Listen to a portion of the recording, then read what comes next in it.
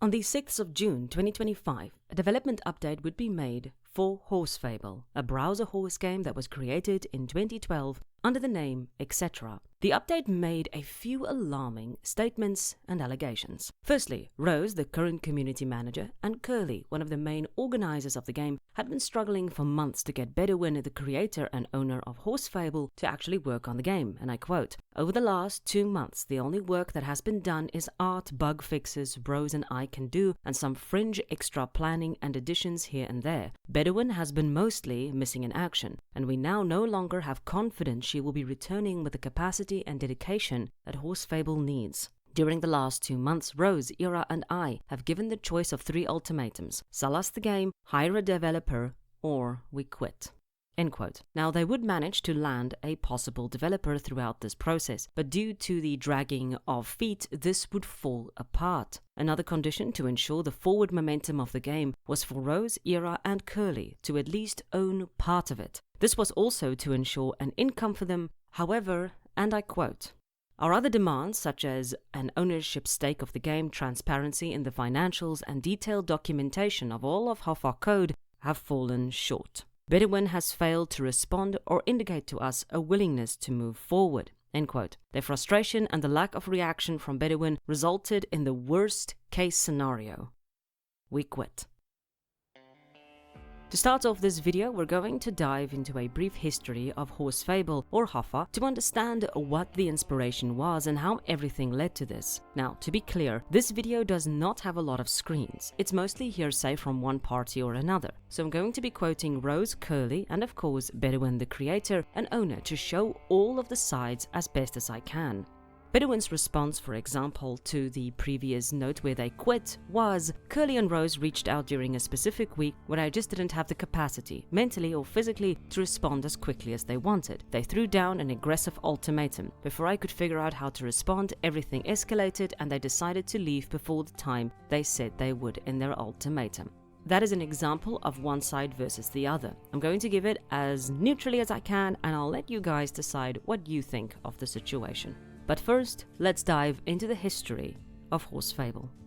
Fable was originally called Eqcetera. As Bedouin states, regarding Eqcetera, it actually started in 2012 when I bought it from a friend. I rebuilt it with help from a coder and launched it. It fell back into my lap in 2015, and after gaining technical experience, I rebuilt it again. End quote. At the time, Curly was one of the only mods who were willing to help Bedouin out with the game. The two would sit down and discuss what was needed, what needed to change, what needed updating, and they got to work. For Curly, she says she just always wanted to make a game she wanted to play, and she and the rest of the team really worked to make Eqcetera a success. A few others would join along the way. Solo, the artist, Rose, Ira, Shukabini, Cabernet, Kay, Volpine, Alfalfa, and Dunalino would join the team throughout its life. For the first years, the game was, of course, not financially successful. House, for example, was another browser game which had completely dominated the market for years, and Eqcetera had some fierce competition to contend with. Equination, Horseland, Horse Isle, and Virtual Horse Ranch were all active and running horse browser games at the time. In 2016, Bedouin would pay Curly $8 an hour to research genetics. Curly would research and document the system and would also work on plans for updates. However, once the system was researched and documented, she was once again not paid anymore. The artists and devs worked on the game part-time while having full jobs, so money was not really an issue at this point because the game didn't necessarily need to be sustained fully. But the problem was not the full-time jobs or limited time to work on the game. According to people who worked on Eqcetera and later Fable, the main issue was Bedouin.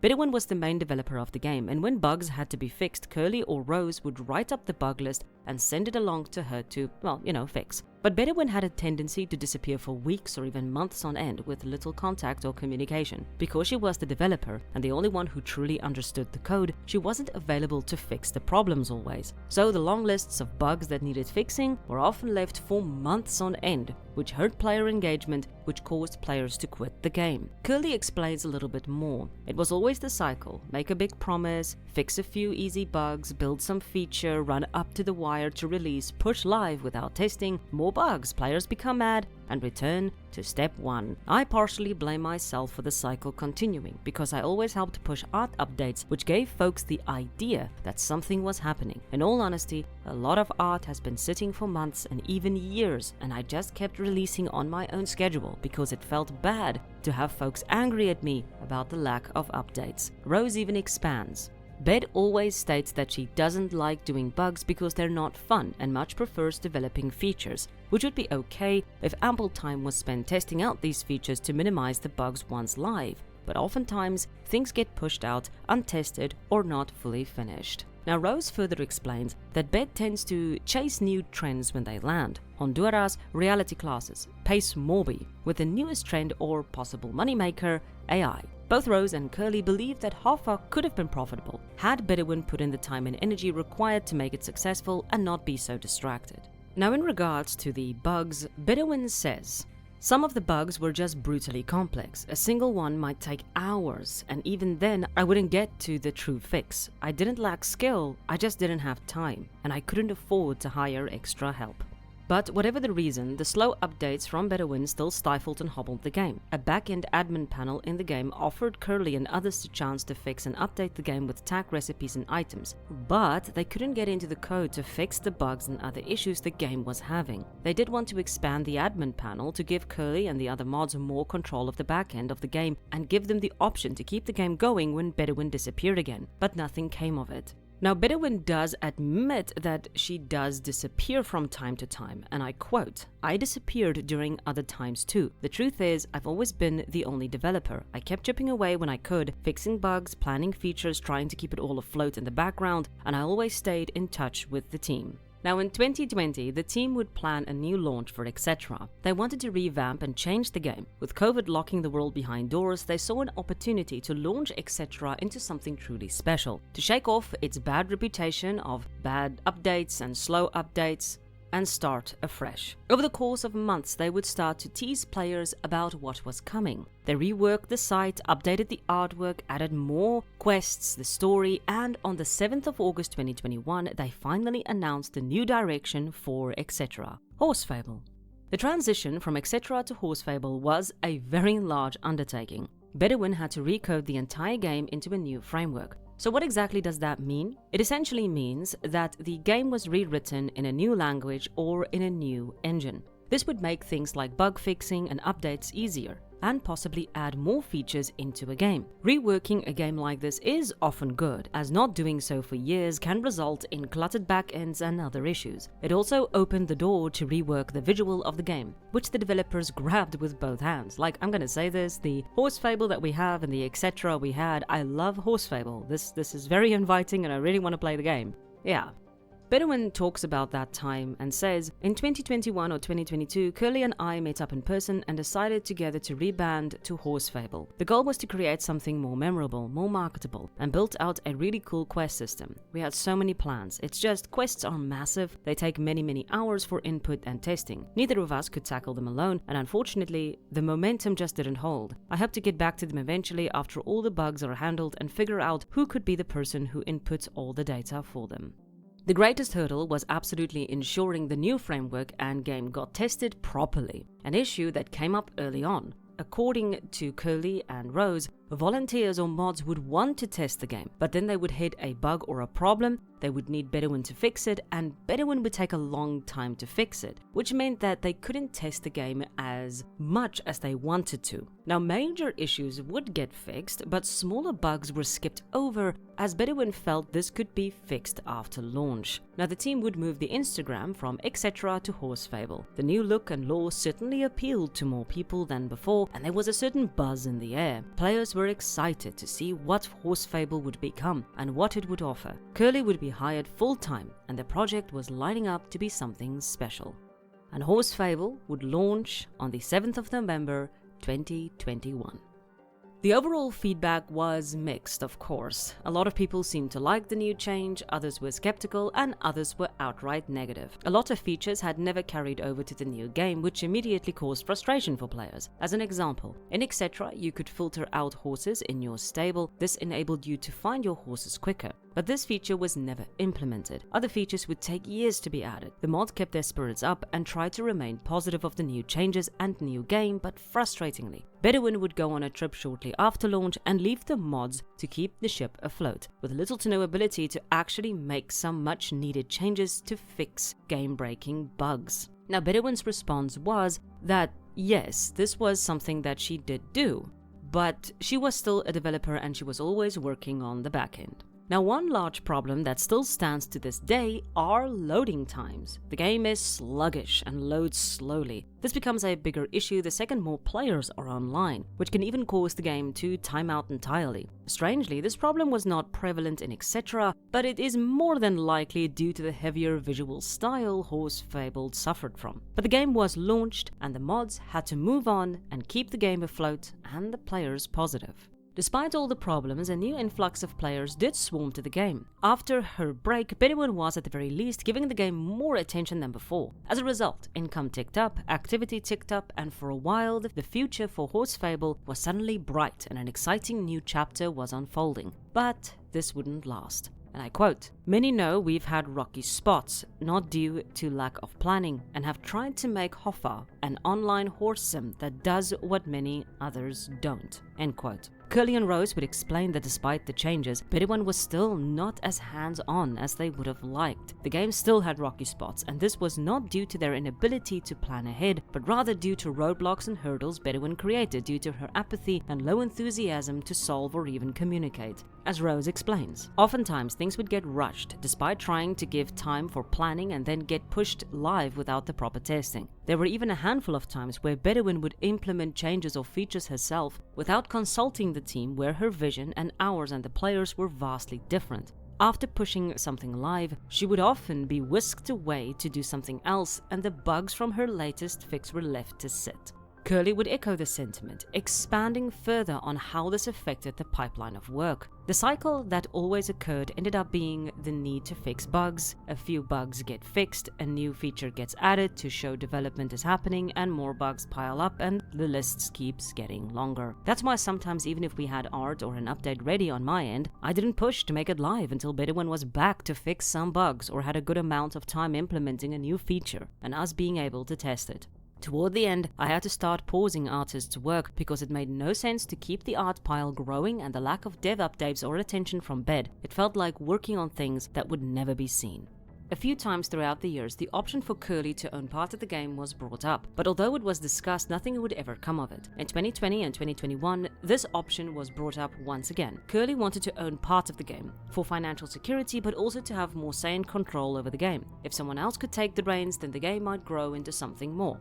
For now, Curly was hired full-time and the game moved ahead with its new launch, but soon it became apparent that nothing had really changed. The team quickly realized that the income was a flash in the pan, and Bedouin had fallen back into her old habits. Bug fixes became slow, art piled up, and frustrations grew. Curly was let go suddenly and quite early on in 2020 due to the low income of the game. Paying Curly meant the game was essentially making no money. Curly had to pick up a job once more to make ends meet. Bedouin says, "The lack of income definitely slowed things down. If it had paid the bills, I would have been able to treat it like my 9 to 5. Instead, I had to split my time with client work and other ventures just to stay afloat." End quote. Another issue reared its head. Apart from Bedouin's absence, their lead artist Solo had decided to leave the project due to slow payment and poor work conditions. Bedouin assigned Curly to find a new artist, of course, but Curly had a sudden problem. Solo had a very distinct and recognizable art style, so finding a new artist that could make art like hers was going to be difficult. She could not find a replacement, and eventually she started making monster horses, an amalgamation of horses Solo had painted and made. It was, according to Curly, an act of desperation at that point. Curly says, "The decision to make monster horses from Solo's work was a last resort. After trying several artists across 12 plus months, I spent days looking at folks on DeviantArt, Fiverr, Upwork, recommendations, Instagram, Facebook, Google search, etc., and writing art briefs to find folks who might replicate the style. No one could replicate her unique style, and I had become so tired of searching that it was decided my time was better spent making them myself." End quote.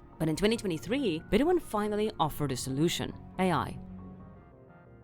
To understand the rest of the segment, we have to look closer at Curly and her role in this project. Curly's role was, according to her own words, "I did all the work in all aspects except code and finances. Business, checked mails, replied to forums, made contracts and NDAs, banned, warned peer players, planned events, Breyerfest, found and onboarded staff, wrote staff guides, researched the market and more. Gameplay, researched, planned and wrote out the game mechanics, planned horse genes and their horse mechanics, researched breed, wrote and input quests, read player ideas and scheduled them, wrote and built the wiki, built the explore maps tile by tile, art, planned and coordinated all art, built new art features, colored tack and horse bases, found artists and onboarded them, scheduled art releases, found all needed refs and needs for art briefs for horses, NPCs, items, map, etc. Other, made bug lists, tested features, coordinated staff, built planned schedules and any other to-dos." Bedouin would not entirely agree, saying, "At varying times, I, Bedouin, treated it like a full-time job, even though it didn't pay like one. I was the coder, admin, community manager, leader of the mods, everything." She also states that eventually Curly stepped into a bigger role, handling some game design, community management and the news posts, which gave me a chance to focus on development behind the scenes. "I used to be a lot more involved in the community, but it made sense to completely focus on coding since I was the only one who could do that and my time was limited." But however it stood, Bedouin was the main dev and coder. She has, according to her, a degree in computer science and spent years as a professional developer before starting her own agency. "I've built full platforms from scratch for clients using various platforms. Horse Fable is actually built on Laravel since version 3. Today I'm not actually using my development skills since I'm in more of a leadership position with my own company, guiding developers what to do for clients. I use my tech skills more in a strategy role." While Bedouin did the coding, Curly ran everything else. A brief glance at the Instagram, we can see the amount of time Curly put into this project: weekly, bi-weekly, monthly updates. Consistently, Curly kept notes, information and thoughts in a large Google Drive to ensure she had references for everything she was working on and knew where she was at during the project. Curly also never owned any part of Horse Fable or Eqcetera. I want to make this clear. No one except Bedouin ever held any large share in the game. She also had no part of finances. She made it clear that, according to her knowledge, Horse Fable never made a lot of money, and what was made was always pumped back into the game for artwork, which was fine by her, as the idea was that the investment would now be paid off later. Curly was promised a portion of the game eventually. Now Bedouin responds by saying, "Financially, Horse Fable has made some money, but I've taken very little of it for myself. Most of it has gone to the team, artist, Rose and Curly. At times, I had hoped it would also become a sort of income for me, but that didn't happen. And when you're working on something for years without being paid, it's hard to treat it like a full-time job." Now after Solo left, Curly took it upon herself to make art for the game, trying to base it on Solo's work as neatly as possible. However, it was not the best, as Curly explains. "I did a piss-poor job, let's be real, but I was desperate to keep us going, and horse art seemed to be what might get Bed excited to keep coding." End quote. Bedouin would bring up the idea of AI, but Curly did not appreciate the idea. Taking someone's style and feeding it into a machine to keep your game running once you've barely put time into it was not a great look. They dropped the subject and moved on. Bedouin also says that, "As far as the AI allegations go, I've recently started using AI tools to help analyze the code base and troubleshoot bugs faster. I always review the changes and only implement what fits. I draw the line at using it for art or to write actual code." End quote. Now, to be absolutely fair, none of the artwork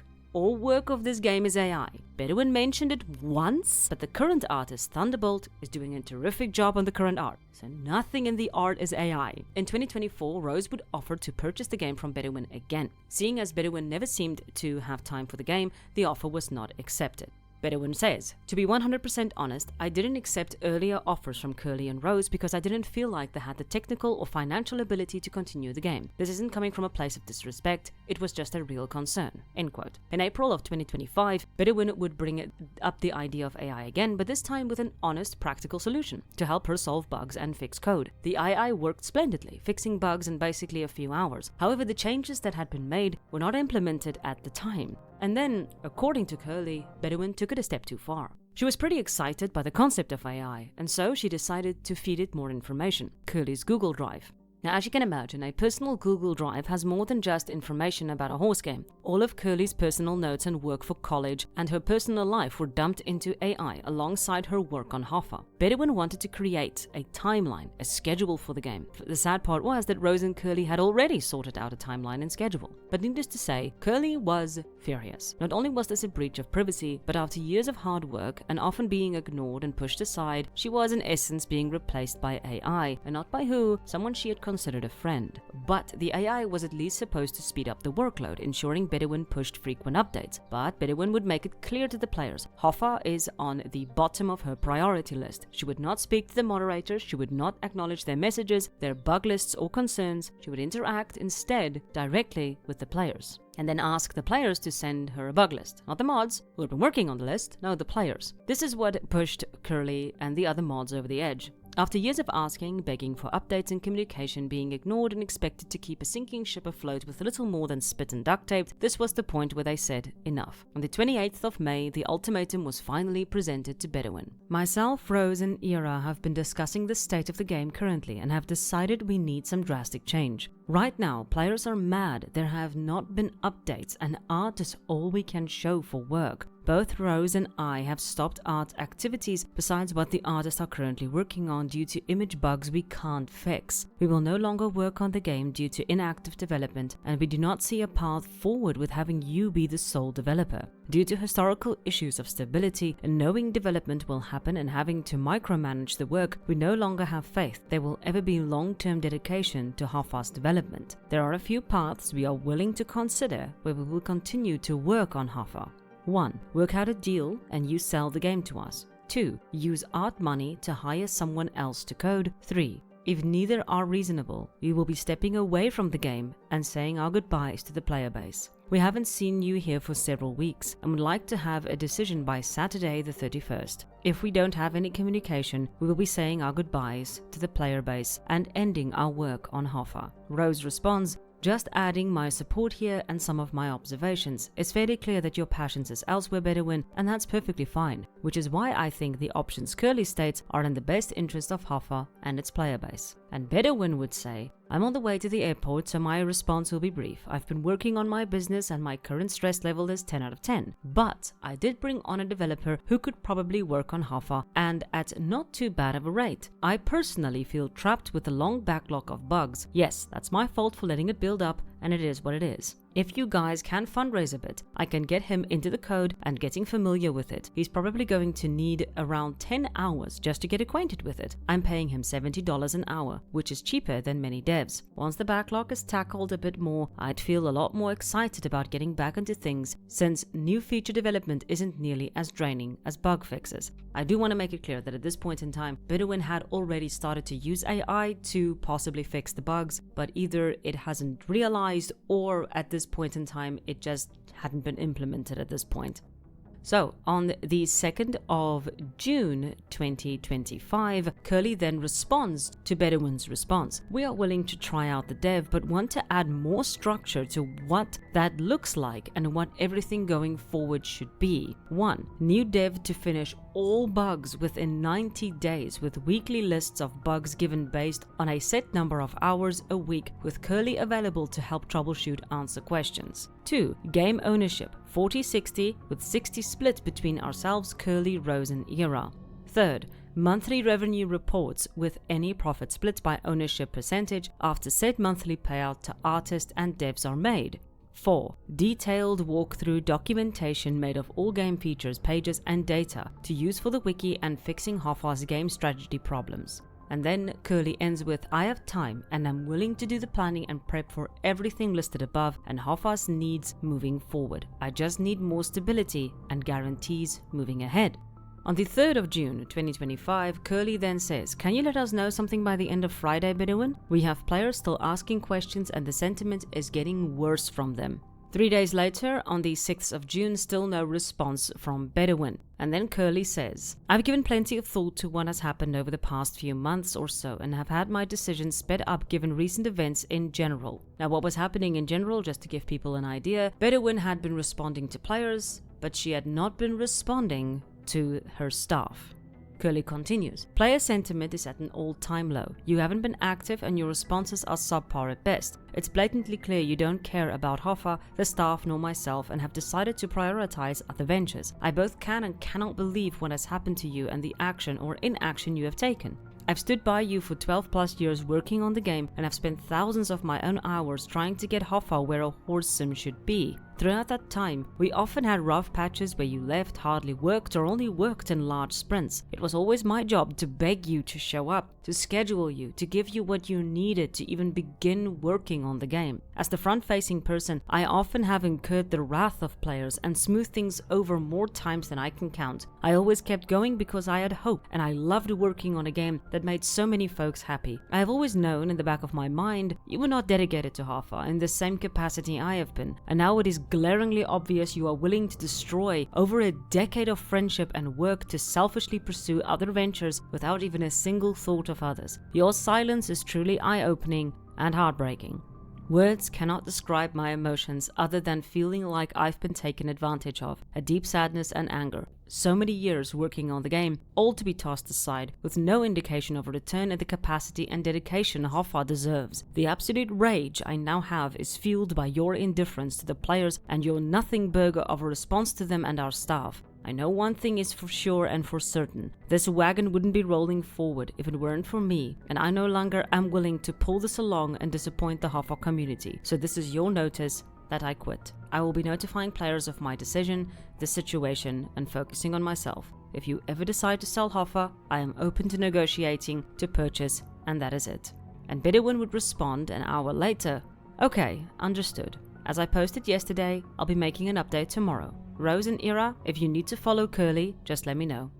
After this post, Curly would post the development update on the forums for Horse Fable, and the post covered basically what was happening in these discussions. And I quote, "Because of Bedouin's actions the last few months, I and the other staff decided that we needed a drastic change. We offered to either buy the game, find a dev, or we quit. She once again prioritized the other ventures over giving us much more of a reply than 'I'm busy, I'll talk later.' This was the reply we constantly got for so many years. Eventually we all agreed to bring on another dev, but Bedouin put the fundraising requirement on us. After requesting more on-paper dedication, she ghosted us again. When we got no reply, myself and others decided it was time to quit." End quote. And the development update was posted. The reaction has been mostly on the side of Curly, with many players having believed Curly was the owner. She had received a lot of flack over the years for the slow development issues in the game. The post, at the very least, cleared up the misinformation, but it goes to show that being the face of something can be hazardous. Now, Bedouin did respond to this, and here was her full reply to development update. I'll leave it up for you to read, but I'm just going to summarize. The overall message is one of regret and explanation. She says that she's sorry that everything went so far, but does say that she has been doing a lot in her own life that takes focus away from Hoffa. She further says that she has new tools she is using to help fix the game. She lists the bug fixes and then gives a short timeline on what will happen next.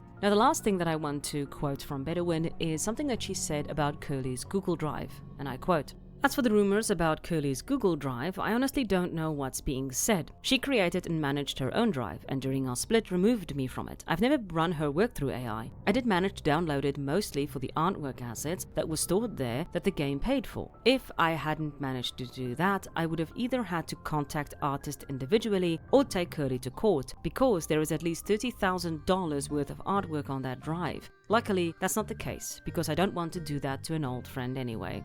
Now, just as the ending of this, after Curly and Rose and the rest quit, the AI bug fixes were finally pushed out. Bedouin would finally let players know that she would be open to selling the game. And according to players, she wanted $75,000 for the game, which given its current state was perhaps not as fair. But Bedouin does respond to this. To squash that rumor, I've never officially listed it for sale, but during the fallout with the team, I did mention a price of $75,000 as a reflection of what I felt the years of work and development were worth in that moment, since I was getting so much pressure to sell. It was the price I felt like I could let go of it in the heat of the moment. Bedouin also adds to her final statement that at the end of the day, I'm still here, still showing up, still trying to keep this game alive even when it's hard. There are things I wished I'd handled better, and I know some people feel let down, but I've always done my best with the time, money, and energy I had. And here is Curly's final statement. I want to first apologize to everyone who has played and worked on Hoffa.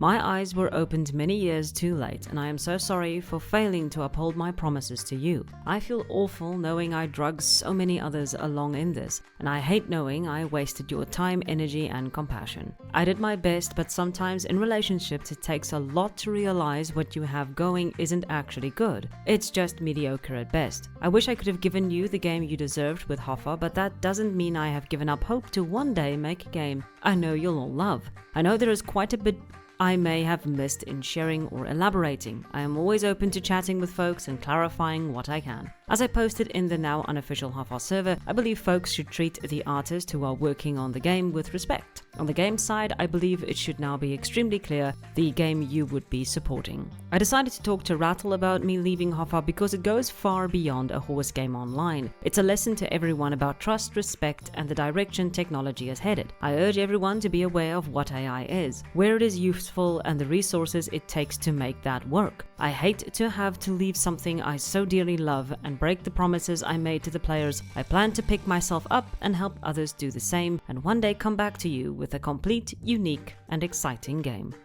Overall, I think the situation could have easily been avoided if communication had been better. And to be frank, although I appreciate Bedouin speaking to me, and I sincerely do appreciate that, I want to say and make it clear that a mass exodus does not happen for no reason. Your developers and managers left for a reason, not because of a few months of being out of action from you, Bedouin. This is something that has been brewing, that has caused frustration in your player base and your staff. I say again, it happened for a reason. Now, the game has been updated quite often since all of this happened, and the general feeling about Bedouin's sudden updates are mostly good, but also uncertain. Players don't trust the piece, and I honestly can't blame them. It's sad, tragic even, to see yet another game fail due to poor communication, to see yet another community get knocked in the teeth for loving a horse game.